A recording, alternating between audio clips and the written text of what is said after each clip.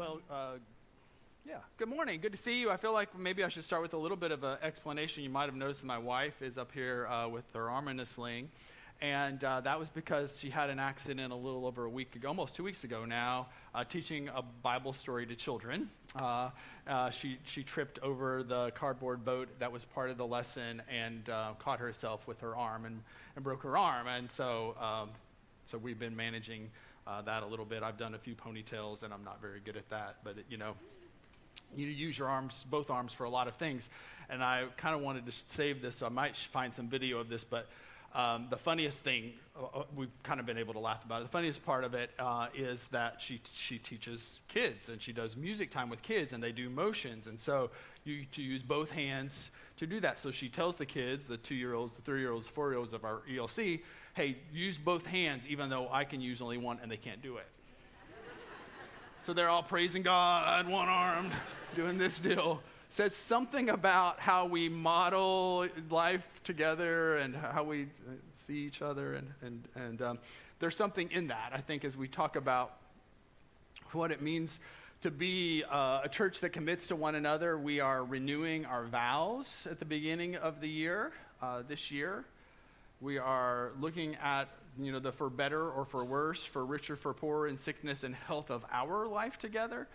And looking at those particular membership vows, the covenant that we make together to form this new thing in the world, that will be loyal to the church and do all in our power to uphold its ministries, strengthen its ministries through our prayers and our presence and our gifts and our service and witness. So we've talked about prayers, we've talked about presence. You can go back and look online for those. Today we're going to talk about what it looks like to bring our gifts and what it means to covenant, to offer up all of our gifts together in this thing that is our life together. So by gifts, we mean contributing physical and spiritual and financial resources.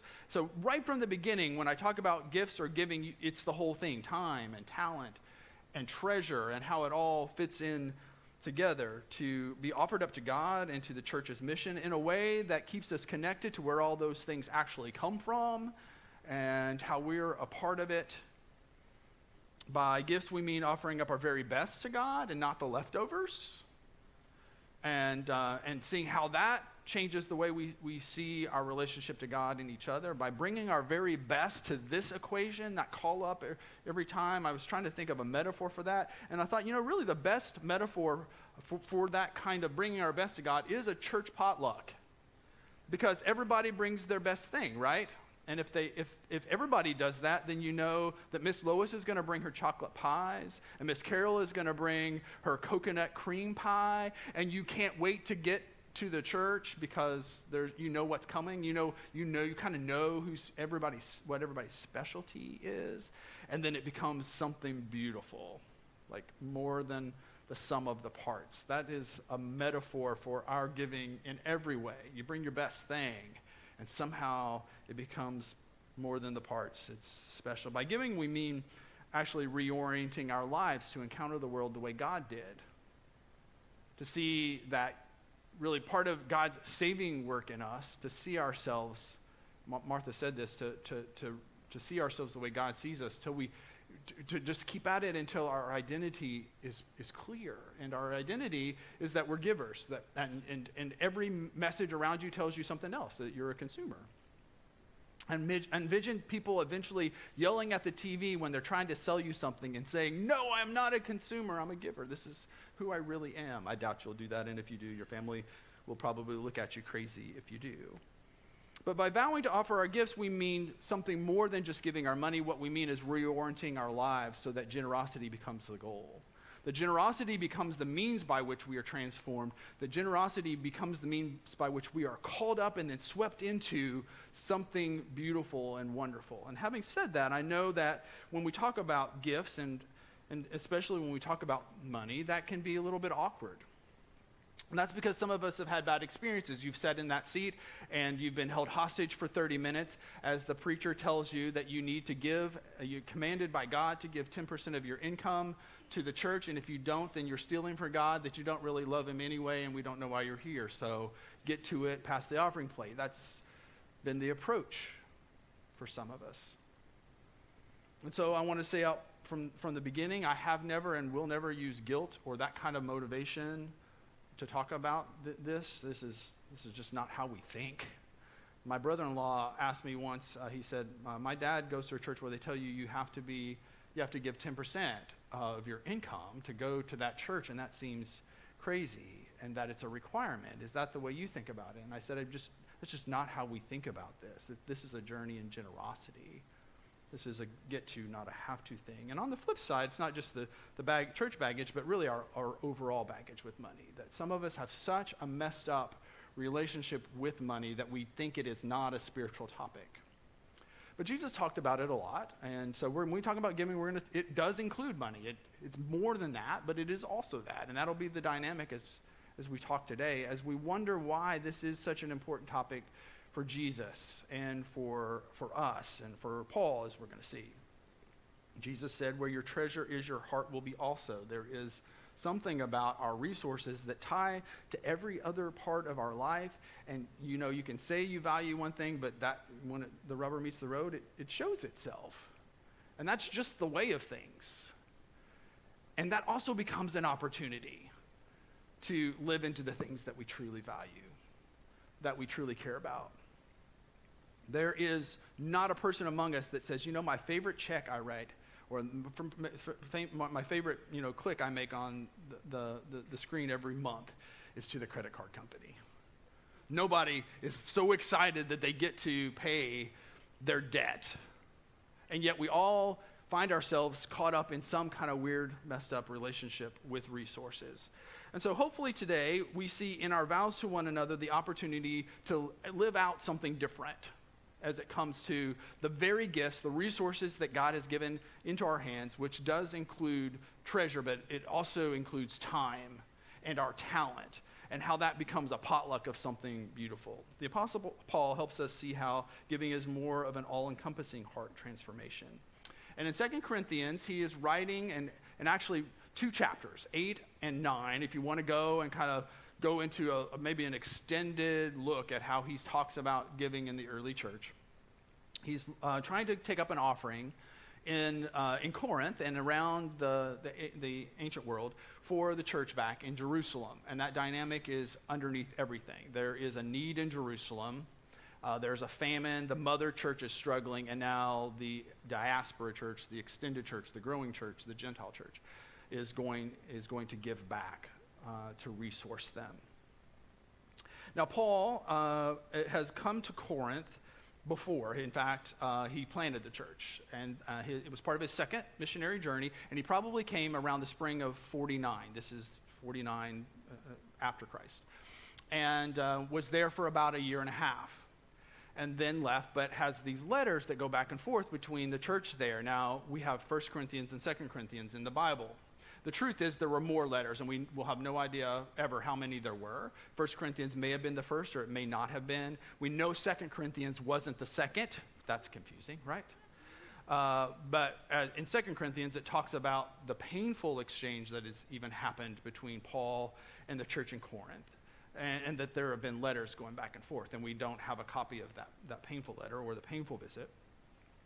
But we know out of that Paul isn't afraid. If you look at 1 Corinthians or 2 Corinthians, that Paul's not afraid to shoot straight with this group of people. He feels like they need it. They're kind of like they're like Sin City in the ancient world, and they need a lot of guidance, and a lot of stuff's happening, a lot of stuff's going down that needs to be called out. And so he's very direct. He's not afraid to tell them what they need to do. He's not afraid to tell them what they should stop doing, and that has caused some disruption in their relationship. So when the topic of an offering comes up, you might expect Paul to say, here's the deal. You're supposed to give 10% of what you get, and this is their custom, and this is what your command is. You're supposed to do it. I'm supposed to tell you the truth. If it hurts, too bad. And to make that a legalistic thing. And this is where Paul is so frustrating for us, because sometimes he does come across as very commanding and legalistic, and then sometimes he just says something beautiful. And that's the direction he goes in talking to the Corinthians, as he describes the opportunity that they have to become generous people. And talking about financial resources, Paul does something surprising. He doesn't command them to give at all. He invites them to see the world through grace-healed eyes built in generosity. Let me put this on the screen. The goal for him, and really the goal as we talk about our pledge to one another, is not the gift itself, but the giver. And if you believe that, it transforms the whole conversation. The gift itself is important, but the giver is more important, because the transformation that happens as we begin to think of ourselves in this way is the thing. It is how we understand God, who loves so much the world so much that he gave. This is God's orientation to us. Paul knows there's no way to command or guilt us into the kind of people that we need to be, but he knows that there is a path toward that. And this, I think, is the heart of his message in 2 Corinthians 9:7 in the NIV. He says, each of you should give what you have decided in your heart to give. He is relinquishing his pastoral responsibility. This is not mine to decide. This is not mine to coerce. I don't have to control it. This is yours. You get to decide. Knowing your situation, knowing your circumstances, that's between you and God, and we'll trust that to you, which is, again, for Paul, I think that's pretty big. And then to do it not reluctantly under compulsion, for God loves a cheerful giver. Remember what I said, the goal is not the gift but the giver. But even as we've heard that, maybe that shared before, that can be used to manipulate us a little bit. Like, don't give reluctantly, give generously, because God loves a cheerful giver, and you want to be a cheerful giver, don't you? That's not his approach at all. His approach is to help us understand the goal again, that this is forming us into a kind of people who get to share in blessing after blessing. The Voice paraphrases it this way: more blessings than you could ever imagine. Can you imagine that? No, because it's more than you could ever imagine. Taken care of in every way, but also enough to share, which seems almost impossible when you look at the world through a scarcity mindset. Having enough for you and having enough for share, who doesn't want that? And so this giver-based abundance approach is especially shocking given the reason Paul is talking about the gift in the first place. He's raising money to send back to a struggling church that are going through famine. The mother church who is struggling and doesn't have enough food. He could have appealed to their sense of humanity and made a compelling, heart-filled plea, highlighting the need. Put Sarah McLachlan in the background, in the arms of the angel, fly away. Put a couple pictures of a dog that might get euthanized in front of people, tell them where to give. Boom. Magic. But Paul's focus is not on the need. The focus is not in the need to receive, but in the need to give. He rises above the specific situation, even though it is actual need.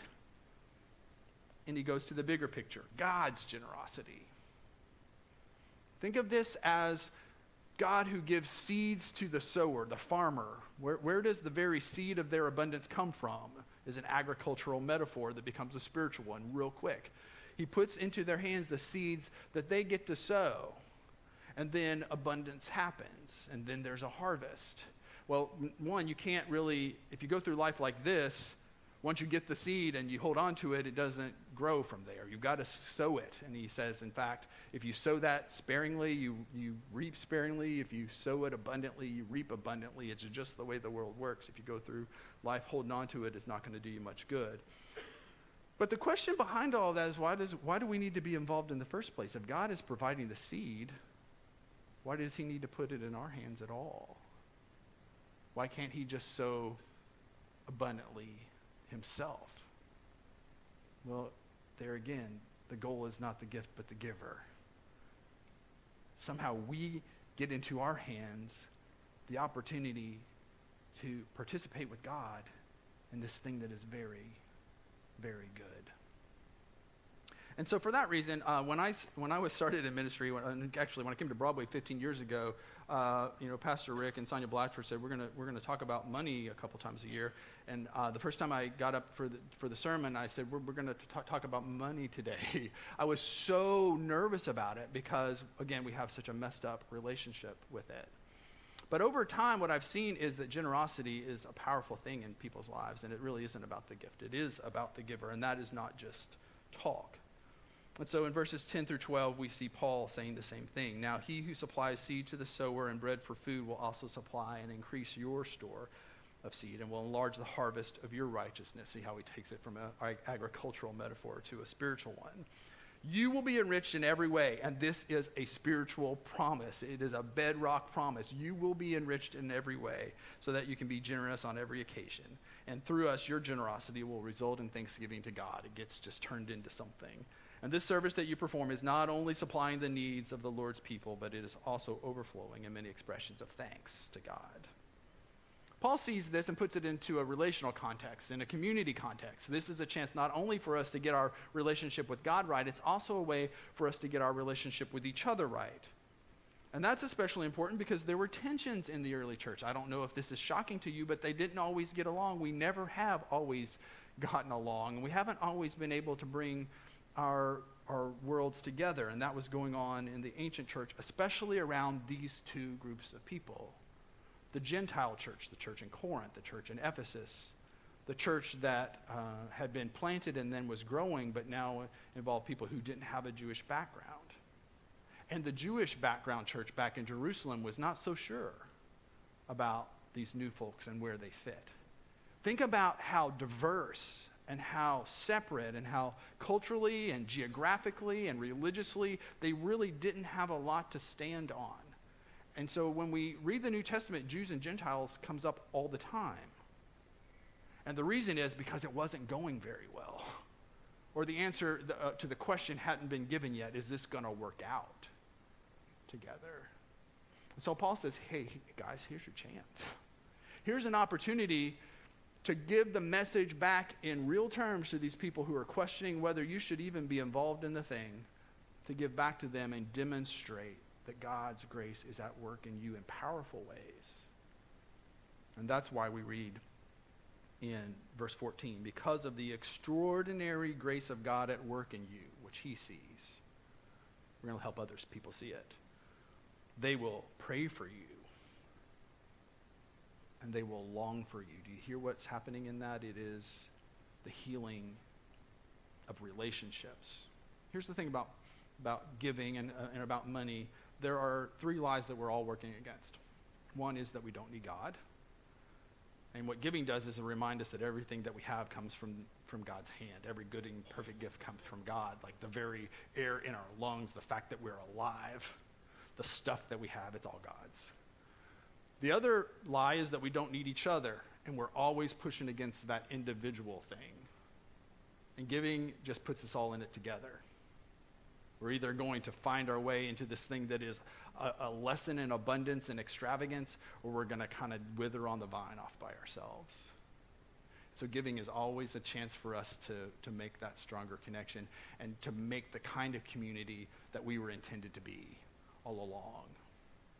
The third one is what I've already said. The third lie is that we're consumers. That we'll go through this whole life thinking that we're here to consume, to get, to hoard. And every message around us confirms that. And we get to push against that and say, nope, that's not why I'm here. That's not what it's about. And so here's the thing. Generosity flips our scarcity into opportunity, and then our opportunity into community. Let me say that again. Generosity flips our scarcity into opportunity so that we see opportunities all around us that weren't there before, and then that turns into community. Let me give you an example. A friend of mine, actually a mentor of mine in another state, and I were talking about spiritual things, and he started talking about his orientation to giving. And he said, I used to think of this as a thing that you're supposed to do, and kind of did the thing. And then at some point it became about generosity for me. And now I think about it differently. And every opportunity around is a chance for me to see how that can play out, how I can be generous and how it can change the equation. And recently he and his wife built a new house. And I've been in that house. They're just finishing it actually, and it is stunning. It's just it's a beautiful home. What you should know, this is not what he told me, but my sort of interpretation of the situation is, knowing him, is that he's a very particular guy.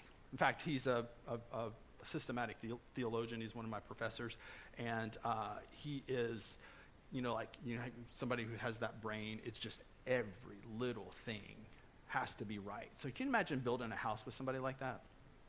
Right? Like watching over every nail, making sure, it's maybe a recipe for disaster, a process by which it would be hell for everybody involved. But generosity has changed his orientation in life over time. So he started the build of his house with two goals. One, to end up with a beautiful home that could be used to help others. And so they invite students to come in. They host people all the time. Their home is a place of hospitality. It's beautiful, but it's opened up and extended. That's why I've been in it. And that is the underlying goal, not just to have a place for him, but a place for community. And it changes the end goal. And he said the second goal was to, in the process of building the house, exhibit generosity, so that all along the way it could feed into the thing. And so he was around watching over every nail, but instead of saying, you're doing this wrong, which he probably did say some, he built relationships with his general contractor and his subs and the people involved, the workers in his home, and they got to know each other. And at one point, one of the bids was off, and I can't remember if it was the painter or whatever, came to him and said, I said it was this, but inflation is here, and basically I'm going to do it for what I said, but I'm going to lose money. And my friend said, no, let's renegotiate, and let's negotiate up. You've got to make a living here. And then when that played out, he actually looked at it and said he didn't make enough money there, and he went to him and to the sub and negotiated again and said, we're going to give you more. You can imagine what that does to somebody, right? At the end result is an incredible home. When they appraised it, I don't think he would mind me telling you, it appraised for $200,000 more than they put into it. And this is what that one sub said to my friend. He said, if every house I built was like this one, I would love coming to work every day. There's a little bit of like a downer there, right? Because it sounds like maybe he doesn't love coming to work every day. But that's what generosity does. It flips the script, and the whole equation changes, and it impacts people. That same dynamic community is at the heart of our life together as we commit to offering up our gifts, and to do so in a way that is about generosity and community. This has played out in our life together so many times. When we started the Foundry, there wasn't a lot going. We had a dream, and we could have said, we need people and resources at Broadway, and so we're going to keep it here. What we did instead was try to find ways to make it happen, and whatever it took. And that it meant that some of our giving went to the Foundry instead of here. And over time, we cultivated givers to give to the Foundry instead, and they split it between us and Broadway. And that's been a dynamic for the last 15 years that we've lived into. Everybody gets to decide in their heart what to give and where to give. And that, there have been times where we wonder if that's going to work out, and it has. Early on, we offered up staff members. They were on Broadway's payroll, but part of their job was the Foundry, just to get it going. And that helped us have people on the ground. It helped have people who were directing the thing, and those salaries, people in development, all were Broadway staff who made that happen. And then over time, we kind of pulled all that back. And as I think in good stewardship, it became self-sustaining and then flourishing. That's the goal, I think, every single time. That's the kind of thing that we do. But let me remind you, it's not just about giving, it is about all of it. So time, talent, treasure, all of that. So think about something much more one-on-one, like when we have a Stephen minister who meets with somebody who's struggling in their life, which is something that happens every week around here. They are trained, 40 hours of training time to actually help and not hurt somebody when they're going through stuff. And they've offered maybe that gifting that they can listen and they can care, and that's really important in those moments. But it took somebody training them. So we have a staff person whose job and is paid to help people, and it just kind of all feeds in together. It takes all of that.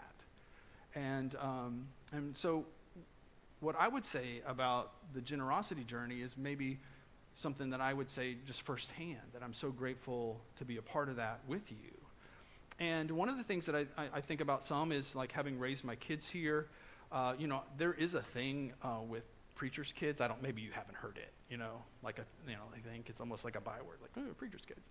And my kids are not perfect by any means. And they have not always had any trouble throwing things in our face about, how we've raised them and how we could have done it better. But for the most part, they haven't thrown the church in our face.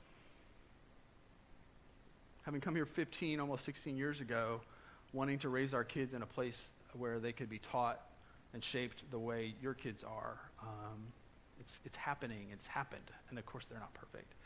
But there's a connection between your generosity and who they've become. You've let them be who they are, for one thing. But we've tried to help make that connection with them at times. And there was a moment when we were chasing Olympic trials with my son Luke, and we were traveling all around the countryside. And I kind of looked at this. I grew up on a dirt road. I went to college on a Pell Grant. And here we are chasing Olympic dreams, and we're able to do it. And it wasn't the trials themselves. It was one of the meets before that. And we had to literally travel around the country. And I sat Luke down and I said, I just want to make a connection here, buddy. Not everybody gets to do this, right? And this for you was not a given. And everything that we have is a gift from somebody else. Like, my whole salary is given out of somebody's generosity, and I don't want you to forget that. And I want you to be thankful. When Jenny and I got married 25 years ago, we were young. We got married very young. We were 20. And the reason why we thought it would work is because I had gotten a job at a church. And the church was going to give me a salary, which was not very much, but it was kind of enough to live on. But they were going to give us a house. What else do you need? We could live on love, right? And so, I don't know, by God's grace, we knew that we needed to start out giving. And so we said at the beginning of our life together that we would give 10% of our income. It was easy in a sense because we didn't have that much anyway. So we started tithing. And the way I think of tithing is sort of like training wheels for generosity. It gives you a structure. And maybe you start with 1% and then build to 10. That's proportional giving is a training wheel to get us to the generosity thing. So we started in our married life together that we would give 10%. And over 25 years, I would not give anything for that journey. And that's just my witness. I'm telling you this not for any other reason than to tell you that this is like woven into how I think about things. And last year, we were able to give basically to the church what that first church gave to us in my whole salary when we started. And that has given a consistency and an integrity to what I do here, because it helps it stay on the ground and make it real for me. And, that among other things like writing notes to thank you for giving, it's important for me so that as a giver, I can be shaped so that it's never about the gift, but it's about the giver. And I just want that for all of us. I want us to do cool stuff together, and there will always be need, but you will never hear us talk about how we need to fix the furnace or fix the budget for the most part. We're going to talk about the need to give and then explore generosity together. And I think if we're doing that, each of us deciding in our heart what we can give, we become a part of something far more than we could have imagined, more dynamic together. So I want to thank those of you who are on that journey. I want to invite those of you who need to join that journey, but it's for your sake as much as anything that you do, because this is who we're becoming together. I want to share a story, and we're going to do that in the next couple weeks, of people who have invested their life here.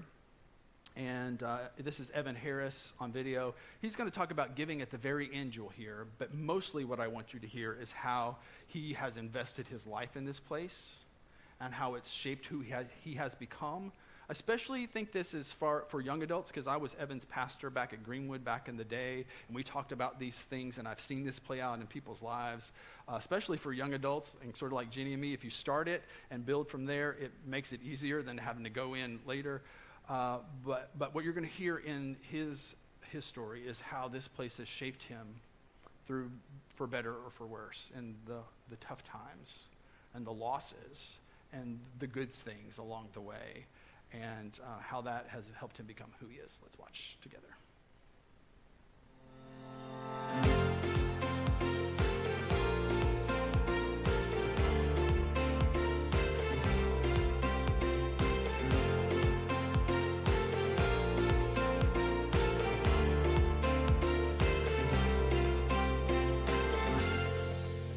My name is Evan Harris. I go to the Broadway Greenwood campus, typically the 10:30 service.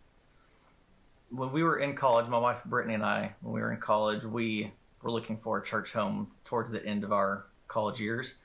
We landed at Broadway's Melrose campus, enjoyed it, loved Pastor Rick. We joined a growth group, made great friends with them, realized pretty quickly that half the growth group lived in our neighborhood, so it was easy to form relationships, but all of them went to Greenwood.